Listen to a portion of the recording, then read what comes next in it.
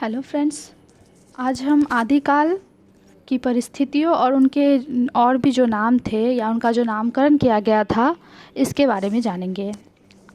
आदिकाल साहित्य मानव समाज के विविध भावों एवं नित्य नवीन रहने वाली चेतना की अभिव्यक्ति है। किसी काल विशेष के साहित्य की जानकारी से तत्युगीन मानव समाज को समग्रत जाना जा सकता है। दूसरे शब्दों में किसी काल विशेष के साहित्य में पाई जाने वाली प्रवृत्तियाँ तत्कालीन परिस्थिति के सापेक्ष में होती है। यह सिद्धांत इस बात की आवश्यकता पर बल देता है कि साहित्य के प्रेरक तत्वों के रूप में हम युगीन परिवेश को अवश्य जान लें। आदिकालीन साहित्य भी इसकी अपवाद नहीं है। इस काल के साहित्य में जो मुख्य विशेषताएं उपलब्ध रही हैं वे तत्युगीन परिस्थितियों से विकसित हुई है। अतः आदिकालीन साहित्य की प्रमुख प्रवृत्तियाँ से हम परिचित होने के लिए हमें उस समय की राजनीति, धार्मिक, सामाजिक और सांस्कृतिक इत्यादि परिस्थितियों का आंकलन करना होगा। इससे पहले हम आदिकाल का परिचय जान लेते हैं। हिंदी साहित्य का आदिकाल आचार्य शुक्ल के अनुसार संवतः 1050वीं सदी से लेकर संवतः 1375वीं सदी तक अर्थात महाराजा भोज के समय से लेकर हमीर देव के समय के कुछ पीछे तक माना जाता है।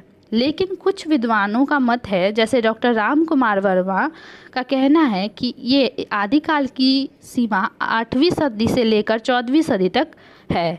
इस काल की विभिन्न परिस्थितियाँ निम्न आंकलनों पर है, लेकिन इससे पहले हम इसके नामकरण के विषय में जान लेते हैं। आदिकाल का नामकरण आचार्य शुक्ल ने इसे वीर गाथा काल कहा था, क्योंकि उस समय जितनी भी रचनाएं हैं उसमें हमें वीरता बहुत देखने को मिलती है, लेकिन यह बहुत प्रथम प्रारंभ था, इसीलिए हजारी प्रसाद द्विवेदी जी ने आदिकाल नाम दिया है। इसके बाद चारण काल डॉक्टर राम कुमार वर्मा द्वारा दिया गया नाम है।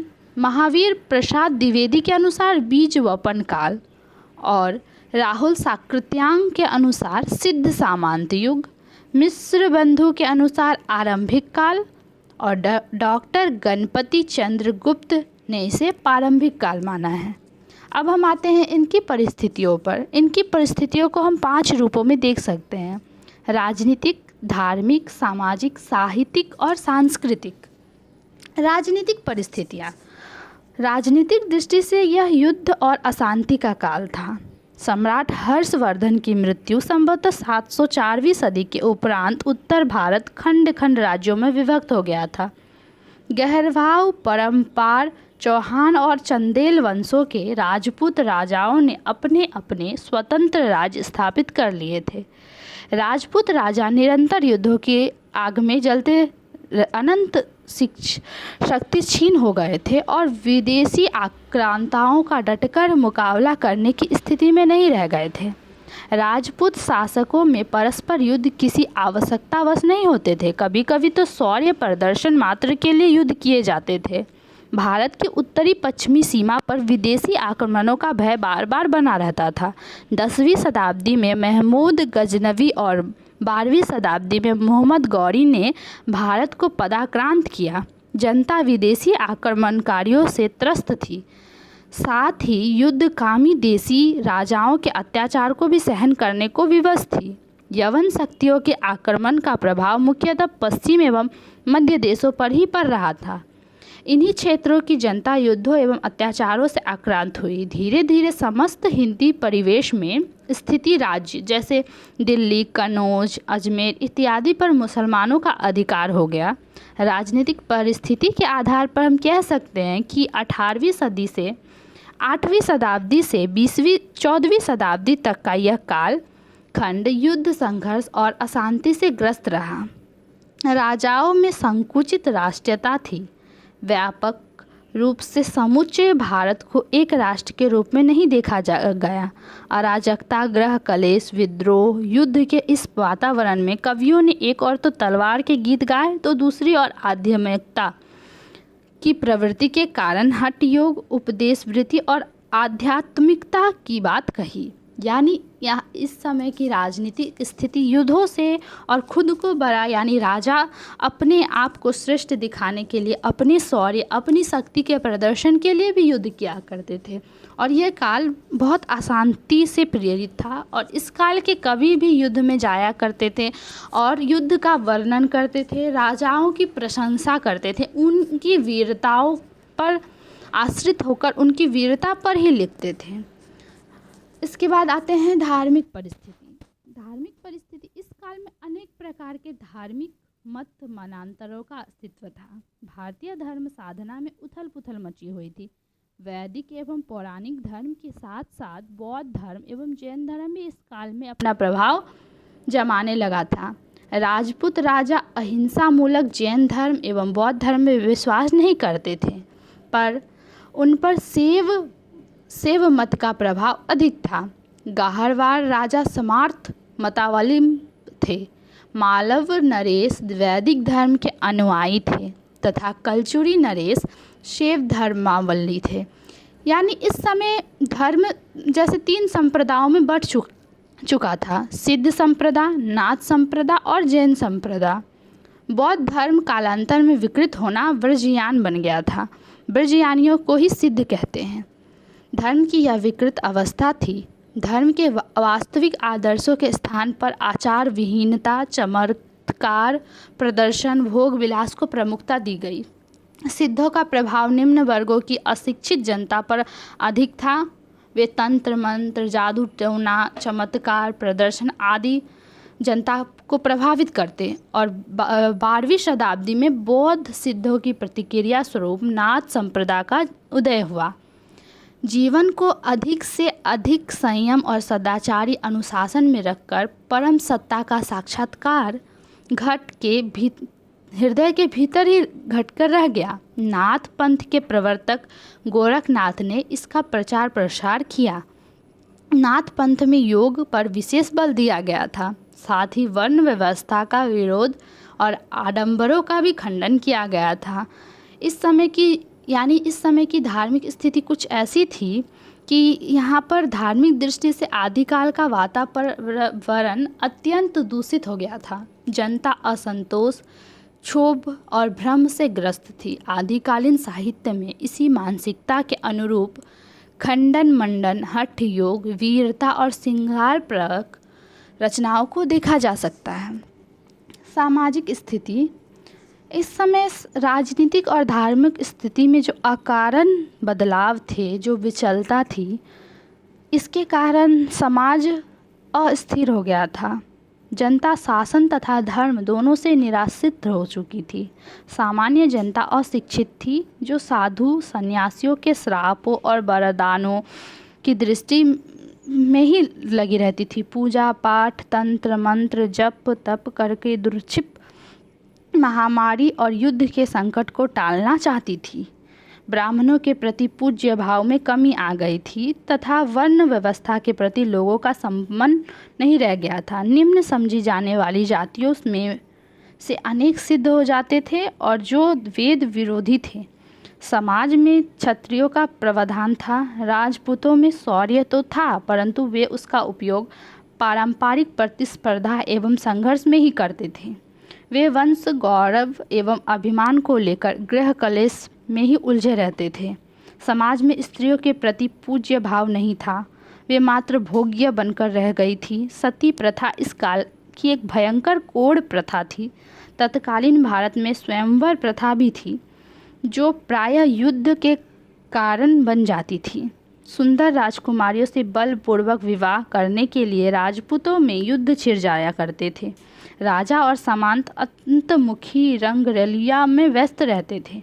जीवन यापन के साधन दुर्लभ थे तथा निराधार। युद्ध अशांति के कारण जनता सदैव आतंक में रहती थी। तत्कालीन रासों काव्यों में समाज की इस हास्योन्मुखी स्थिति का पूरा चित्रण उपलब्ध है। इसके बाद आते हैं साहित्यिक स्थिति। चूँकि आदिकाल में युद्ध अधिक हुआ करते थे, तो हमें साहित्य में भी वीरों की रचनाएं ही मिलती हैं, वीर रचना ही देखने को मिलती है, युद्धों का वर्णन ही अधिक देखने को मिलता है। आदिकाल में साहित्यिक रचना की 3 धाराएं बन रही थी। एक और तो परंपरागत सांस्कृतिक साहित्य की रचना हो रही थी, तो दूसरी ओर प्राकृतिक अपभ्रंश भाषा में अप्रूध साहित्य का सर्जन जैन कवियों द्वारा किया जा रहा था। तीसरी धारा हिंदी में लिखे जाने वाले साहित्य की थी। इस काल में संस्कृत साहित्य के अंतर्गत पुराणों एवं स्मृतियों पर टिकाए लिखे गए ज्योतिषी एवं काव्यशास्त्र पर अनेक मौलिक ग्रंथों की रचना हुई। 9वीं से 11वीं सदी के अंतर्गत कन्नौज एवं कश्मीर संस्कृत साहित्य के केंद्र रहे। आनंदवर्धन, मम्मट, भोज, क्षेमेंद्र, कुत्तक, राजशेखर, विश्वनाथ, भवभूति एवं श्रीहर्ष जैसे प्रतिभाएं इस युग की देन हैं। इस काल में अपभ्रंश मुख्यतः धर्म की भाषा बन गई थी। जैन कवियों ने गुजरात में रहकर अनेक पुराने अपभ्रंश में नए रूप प्रस्तुत किए। स्वयंभू, पुष्पदंत, धनपाल, हेमचंद्र जैसे जैन कवियों ने साहित्य प्रस्तुत किया। वह अपनी मौलिकता एवं साहित्यिकता के कारण उच्च कोटि का है। देश भाषा में हिंदी में भी जनता की मानसिक एवं भावनात्मक दशाओं की अभिव्यक्ति का एक वर्ग था। लेकिन इस समय में आचार्य रामचंद्र शुक्ल ने लिखा है कि उस समय में जो भाट या चारण किसी राजा के पराक्रम, विजय, शत्रु कन्या हरण, अत्युक्ति पर पूर्ण आलाप करता या रण क्षेत्र में जाकर वीरों के हृदय में उत्साह की उमंगें भरा करता था, वही सम्मान पाता था। मात्र उसे ही सम्मान पाने का अधिकार था। निरंतर युद्ध के लिए प्रोत्साहित करने के वाले एक वर्ग की आवश्यकता थी। चारण इसी श्रेणी के कवि थे। जिस प्रकार यूरोपों में वीर गाथाओं का विषय युद्ध और प्रेम रहा है, उसी प्रकार इन रचनाओं में भी वीर और श्रृंगार रसों की प्रधानता रही है। हिंदी भाषा में रचित इन काव्य ग्रंथों में एक और तो अपने आश्रयदाताओं की अतिशयोक्तिपूर्ण प्रशंसा की गई है और दूसरी ओर युद्ध उन्माद में व्यक्त करने के लिए उनकी घटनाएं, उनकी वीरताओं का वर्णन किया गया है। यानी इस समय साहित्य में सिर्फ राजा महाराजाओं की जो वीरता थी, जो उनमें जो पराक्रम था, उस पे आश्रित रचनाएं हुई हैं। कुछ श्रृंगार से भी परिपूर्ण रचनाएं हुई हैं। इसके बाद हम आते हैं सांस्कृतिक परिस्थिति में। सांस्कृतिक परिस्थिति सम्राट हर्षवर्धन के समय भारत सांस्कृतिक दृष्टि से अपने शिखर पर था। हिंदू धर्म एवं सांस्कृतिक राष्ट्रव्यापी एकता का आधार था, किंतु कालांतर में मुस्लिम आक्रमणकारियों के आगमन से भारत सनेह सनेह मुस्लिम संस्कृति में भी प्रभावित होता रहा। इस काल में मुस्लिम आक्रमणों के कारण अपने सकृन्न दृष्टि का धर्मांतरण की भावना से प्रेरित होकर भारतीय संस्कृति के मूल केंद्र मंदिरों, मठों एवं विश्वविद्यालयों को नष्ट करने का पूरा प्रयास किया गया। हिंदुओं की स्थापित कला धार्मिक भावनाओं को ओतप्रोत थी तथा अतः उच्च कोटि की थी। प्रसिद्ध इतिहासकार अल-बरूनी के अनुसार हिंदी कला के अत्यंत उच्च सोपान पर पहुंच चुकी है। मुस्लिम जब अनेक मंदिर आदि को देखते हैं तो आश्चर्यचकित हो जाते हैं। वे न तो उनका वर्णन कर सकते हैं और न वैसा निर्माण ही कर सकते हैं। ऐसा कहना था अल-बरूनी का। संपूर्ण भारत में ऐसे अनेक मंदिरों का निर्माण आदिकाल में ही था। आबू का जैन मंदिर, खजुराहो का कंदेश्वर, पुरी, भुवनेश्वर, बेलोर, कांची आदि मंदिर इसी काल की देन है।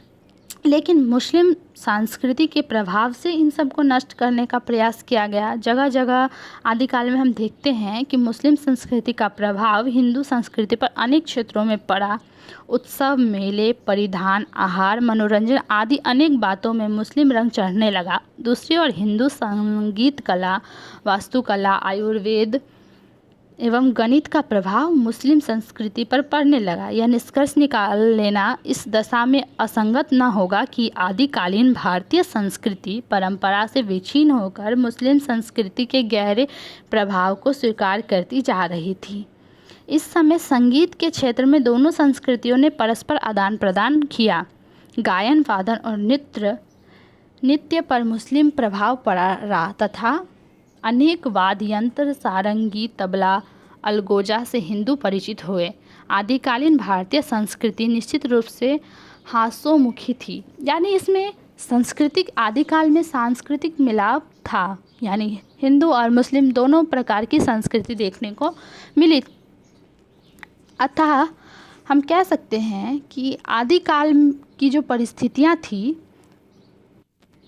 वो ऐसी संभव नहीं थी कि उसमें श्रेष्ठ लोक काव्य की रचना संभव होती। अधिकांश राजाओं और श्रीमंतों की प्रशंसा में लिखी गई एवं कुछ धार्मिक रचनाएं लिखी गई। धार्मिक साहित्य की रचनाओं को में विद्यापति को छोड़कर अन्य किसी भी कवि की रचना का कोई विशेष साहित्य मूल नहीं है। राज परिस्थितियों में वीर काव्य की प्रधानता थी, जिनमें राजाओं की शक्ति का बढ़ा चढ़ाकर वर्णन मिलता है। यानी आदिकाल में हमें साहित्य की शुरुआत तो मिलती ही है, लेकिन इसमें वीर रस और श्रृंगार रस देखने को मिलता है, जिसमें वीर रस प्रधान रूप में मिलता है। उम्मीद करती हूँ कि आपको आदिकाल के विषय में, उसकी परिस्थितियों के विषय में समझ में आए, और यह पार्ट 1 है। अब पार्ट 2 में हम आदिकाल की जो प्रवृत्ति है या जो उसकी विशेषता है एवं आदिकाल में कौन कौन से कवि हुए और उनकी क्या रचनाएं हैं, इन सब के विषय में पढ़ेंगे और जानेंगे।